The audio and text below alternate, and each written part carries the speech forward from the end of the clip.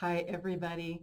Today, the topic is why we as caregivers and as individuals in any walk of life should question our beliefs.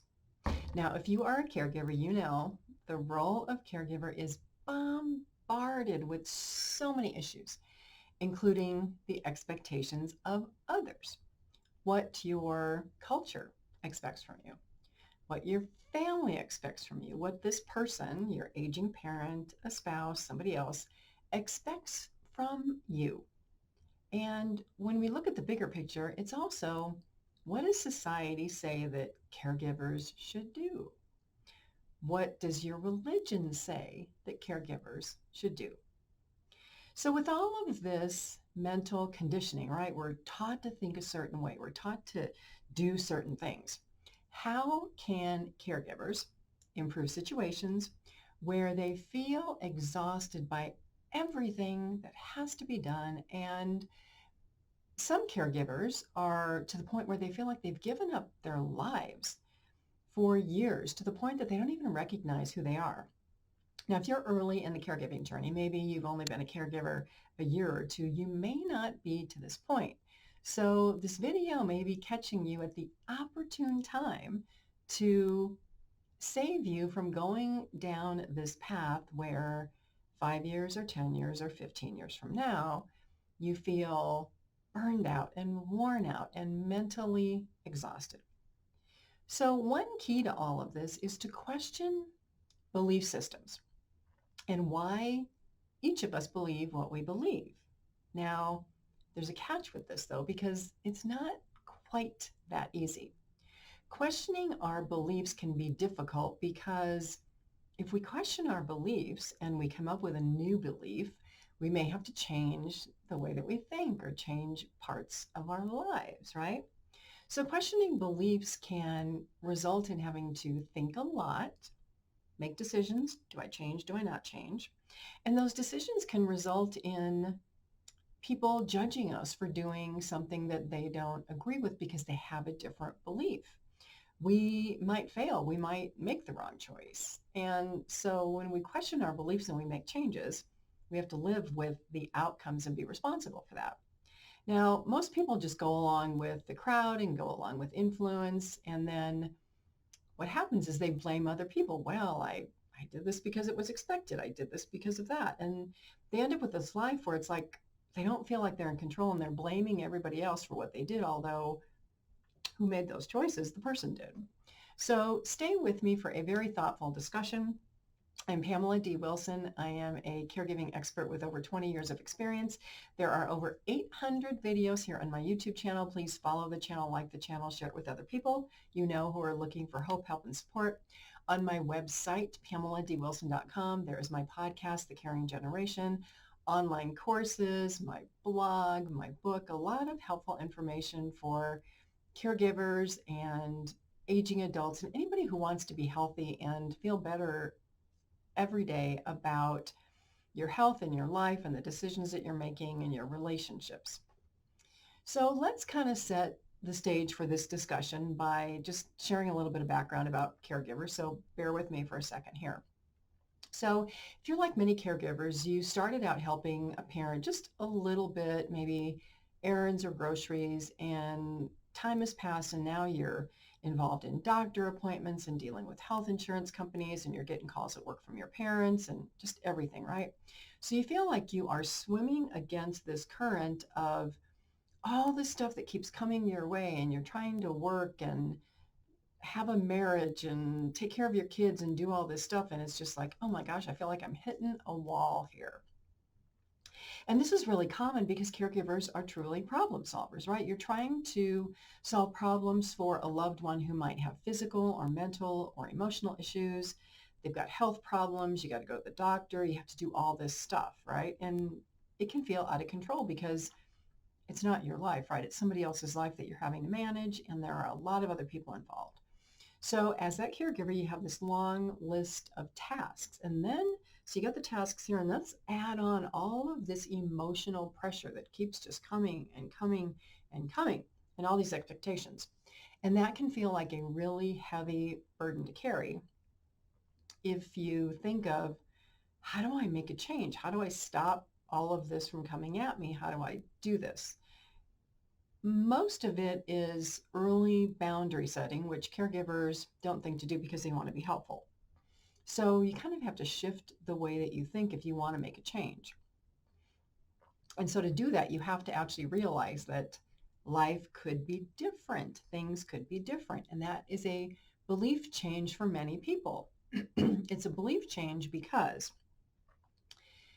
you may believe that you have a duty and a responsibility to be a caregiver above everything else, to sacrifice your life because of conditioning, right? Because of ways your mind was conditioned to think. And to shift that takes a lot of work. So I'm going to share a list of questions here for you to think about if you want to make this shift, this life shift, this behavioral shift, this shift to think a little differently. But first, you have to kind of get your mind into a bigger perspective and into the positive if you're in a negative place. So start seeking out good things in life. What good things happened to you today? There has to be something in there, right? And before you go to bed, make a list, write it down, be thankful for it. So that way you're conditioning your mind to think a different way, right? Then you want to start questioning all of your beliefs and start asking other people if they believe something. Say, well, why do you believe that? Help me think about why you think that way. So the first thing is, ask yourself, if I have a belief, where did it come from?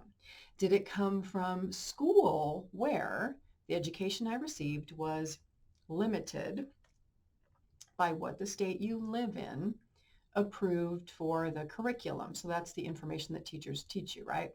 So schools and education systems have these limitations that make us think a certain way. Or do I believe this because I heard something in the media and I didn't question it or verify if the information was right? It was easy. So somebody told me this and it's just the way I believe. I don't know anything else. Or did the belief come from your religious background, the way that your parents kind of like framed your childhood and thought you to believe, or beliefs from your culture? So first question, where did this come from, right? And then second question is, why do I believe that my belief is right? Why is this belief important to me? And from simple perspective, it may be important because that's the easy way out. I don't have to think about it. This is just what I believe. This is just what I'm going to do. I accept it. So that's a big one, because if you choose to continue to believe what you're believing, you're going to stay down the same path.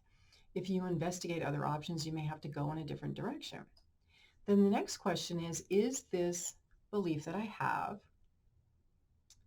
giving me a good quality of life or good things happening in my life, or is it limiting my ability to do other things, pursue my career, get married, have children, not have children, travel?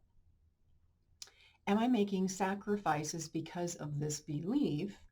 And do my beliefs about the belief, like this is just the way it is that harming my life and my health? Or is it making me happy? Is it contributing to my happiness and my joy? Or is there more stress and suffering in this?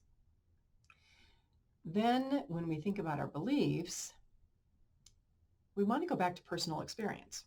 So is this a belief that I formed because of my personal experience? And honestly, sometimes we can have negative personal experiences. We can feel like someone treated us unfairly, or they were unkind to us, or they were biased, right? So that belief then can make us feel less than competent. It can damage our self-esteem. It can make us feel worthless. And so when you think about that, if anything that you believe makes you not feel good or positive, is that a belief that you should question because it's not leading to good things in your life? Think about that one. So many of our beliefs, so many of the way that we act and the things that we do is a result of all this unconscious conditioning that happens. Well, we've always done it this way, so must be right. That must be good, right? And how often do you think when you hear that in the workplace, it's like, well, we've always done it this way. Well, why do we do it that way? Help me understand why. And there may be a list of really good reasons, like we tried this, it didn't work. We tried B, it didn't work. We tried C, it didn't work. This seems to be, giving us the results that we want. So there was research done, right? There was critical thinking and teamwork and all of that to arrive at this way that we do things. But that may not be always right. So there's this right way of thinking, like I'm always right, you're always wrong. That's a belief system.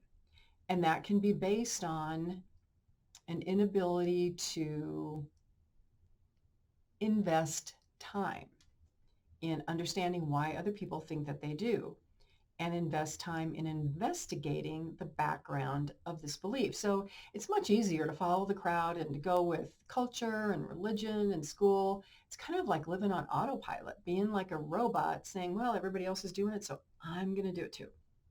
But what happens is if you are a caregiver, that can get you into a lot of trouble years down the road, 5, 10, when you look back and you're like, holy moly, I gave up my life to do this. And what on earth was I thinking? And now I can't go back. And it's too late for me to go back and start a career or get a job, or I'm too old to have children. So in this whole caregiving life and in any part of your life, start to question your beliefs and why you think the way you do and whether you should change those beliefs or not. Because that will give you more control over your life and the decisions that you're making. It will free you from the way other people tell you that you have to think or the way they think that you should act, and allow you to take more responsibility for your choices, which again can be a hard thing because you have to live with the consequences, right? That's kind of how you got to where you were today is, holy moly, I'm not in a great situation. I guess I made all this happen because of those choices. Now I want to think differently. So as a caregiver, question your beliefs, question everything, and try to understand why other people think the way that they do. It's not that you have to agree with them or that they have to agree with you. It's just that gaining that better understanding can help you make better choices and feel less controlled about situations in your life or feel less manipulated, so that you are fully in the present, thinking about the decisions that you have to make, thinking about the choices that you have to make, and making good choices that result in the positive. Again, knowing that you could possibly make a mistake, but at least choosing gives you options. I'm Pamela D. Wilson. Again, please like, share, follow these videos on YouTube. Go over to my website, PamelaDWilson.com. Lots of information over there for you to think about. Over 170 podcasts. There are over 800 videos here on YouTube. The caregiving book, my caregiving library, my blog, just a lot of helpful information there. So if you're interested in thinking differently, take a look at all of this. Have a fabulous day today. I'll see you all again soon in another video.